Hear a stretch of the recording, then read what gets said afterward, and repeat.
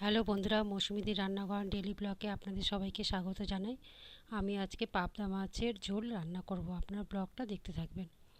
আমি এখানে কিছু সরঞ্জাম নিয়েছি। এটা জিরে, গোটা জিরে, আর একটু আদা, কাঁচা লঙ্কা, টমেটো আর ধনেপাতা, এগুলো মিক্সিতে বাটবো। আমি প্রথমে কড়াইতে তেল দিয়ে মাছটা ভাজতে দিলাম।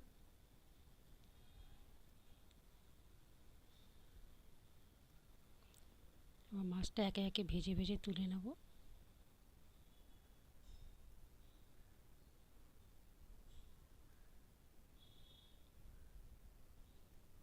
এবার কড়াইতে মশলাটা দিলাম, তারপরে ধনেপাতা দিলাম।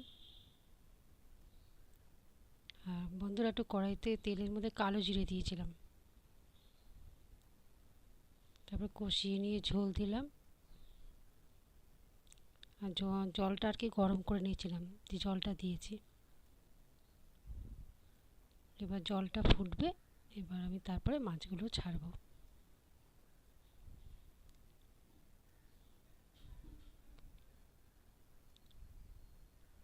এই পাবদা মাছের ঝোল বন্ধুরা খেতে খুব সুন্দর, একবার করে খেয়ে দেখবেন।